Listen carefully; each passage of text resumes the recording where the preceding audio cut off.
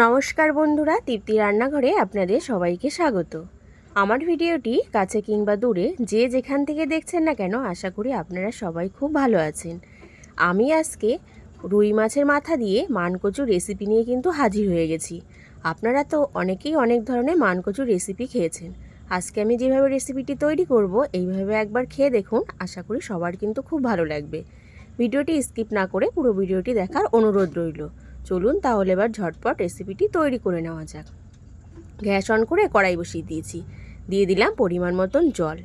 এবার জলটাকে প্রথমে হাই ফ্লেমে একটু ভালো করে কিন্তু গরম করে নিতে হবে। জলটা যখন এরকম গরম হয়ে আসবে তখন দিয়ে দিতে হবে মানকচু। মানকচুগুলোকে আমি একটু ছোট ছোট করে কেটে ভালো করে ধুয়ে নিয়েছিলাম। এবারে হাই ফ্লেমে 2 থেকে 3 মিনিটের মতন আমি কিন্তু ভাপিয়ে নেব। আমি কিন্তু এটাকে সিদ্ধ করব না, ভাপিয়ে নেব। এবার ঢেকে দেব 3 মিনিটের জন্য। 3 মিনিট হয়ে গেছে। এবার আমি ঢাকনাটা কিন্তু তুলে নেব। ভাপিয়ে নিলে কি হয়, অনেকে কচু খেলে গলার সমস্যা হয়, এরকমভাবে ভাপিয়ে নিলে কিন্তু সেই সমস্যাটা হয় না। এবার জলটাকে আমি ঝরিয়ে নেব। গ্যাস অন করে কড়াইটা বসিয়ে দিয়েছি, দিয়ে দিলাম পরিমাণ মতো সর্ষের তেল। এই রান্নাটা কিন্তু সর্ষের তেলেই করতে হবে। সর্ষের তেলে করলে খেতে কিন্তু বেশি ভালো লাগে। তেলটাকে প্রথমে হাই ফ্লেমে ভালো করে একটু গরম করে নিতে হবে। গরম হয়ে গেলে আগে থেকে যে নুন হলুদ মাখিয়ে রেখেছিলাম মাছের মাথাগুলো, সেই মাছের মাথাগুলো দিয়ে দেব। আমি কিন্তু এখানে রুই মাছের মাথা ব্যবহার করেছি, আর মাছের মাথাটাকে আগে থেকে নুন হলুদ মাখিয়ে রেখেছিলাম। এবার হাই ফ্লেমে মাছের মাথাগুলোকে কিন্তু ভালো করে ভেজে নিতে হবে।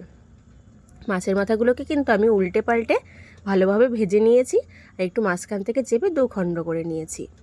এবার মাছের মাথাগুলো একটা পাত্রে তুলে নিলাম। ওই তেলের ভিতরে দিয়ে দেবো গোটা জিরে। এবার জিরেটাকে হাই ফ্লেমে বেশ একটু হালকা করে ভেজে নেব। যখন বেশ একটা সোনালি কালার হবে আর সুন্দর একটা গন্ধ বেরোবে, তখন এর ভিতরে দিয়ে দেবো টমেটো। আমি এখানে মাঝারি সাইজের একটা টমেটো ছোটো ছোটো করে কেটে নিয়েছি। এবার টমেটোটাকে এমন করে ভাজবো যাতে টমেটোটা গলে যায়।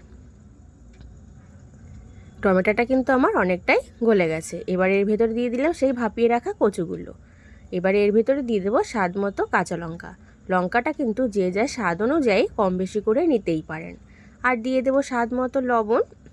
আর যেটা দিতে হবে সেটা হলো অবশ্যই হলুদ, পরিমাণ মতন হলুদ গুঁড়ো। আমি কিন্তু এখানে কোনো রকম আদা বা জিরে বাটা কিন্তু ব্যবহার করব না।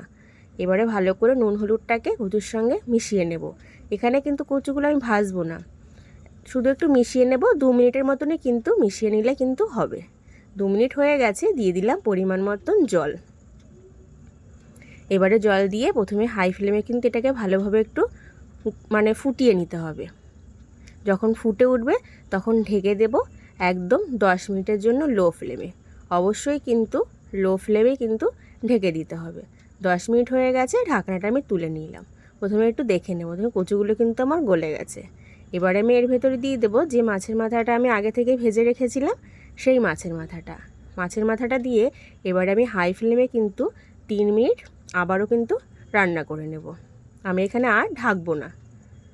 3 মিনিট হয়ে গেছে, দিয়ে দেবো ধনেপাতা কুচি, আর দিয়ে দেব ভাজা জিরের গুঁড়ো মশলা। এই জিরের গুঁড়োটা আমি শুকনো কড়াইতে ভেজে তারপরে কিন্তু গুঁড়ো করেছিলাম, সেই ভাজা জিরের গুঁড়োটাই কিন্তু ব্যবহার করলাম। আমি কিন্তু এখানে সামান্য একটু চিনি দিয়েছি, সেই ভিডিওটা কিন্তু স্কিপ হয়ে গেছে। অবশ্যই আপনারা সামান্য একটুখানি চিনি দেবেন, আর খুন্তি দিয়ে মাছের মাথা আর কচুগুলো একটু চেপে চেপে দেবেন, বেশ একটু গা মাখা হবে, তাহলে কিন্তু খেতে ভালো লাগে। এবার আমি গ্যাসের ফ্লেমটা কিন্তু বন্ধ করে দিয়েছি। মাছের মাথা দিয়ে মানকচু রেসিপিটি কিন্তু আমার পুরোপুরি কিন্তু তৈরি হয়ে গেছে। তাহলে আমি কি করে মানকচু রেসিপিটি তৈরি করেছি সেটা তো আপনারা অবশ্যই লক্ষ্য করেছেন। আপনারা এইভাবে বাড়িতে একবার বানিয়ে খেয়ে দেখুন, আশা করি আপনাদের সবার কিন্তু খুব ভালো লাগবে। আজকের রেসিপি এই পর্যন্তই। ধন্যবাদ।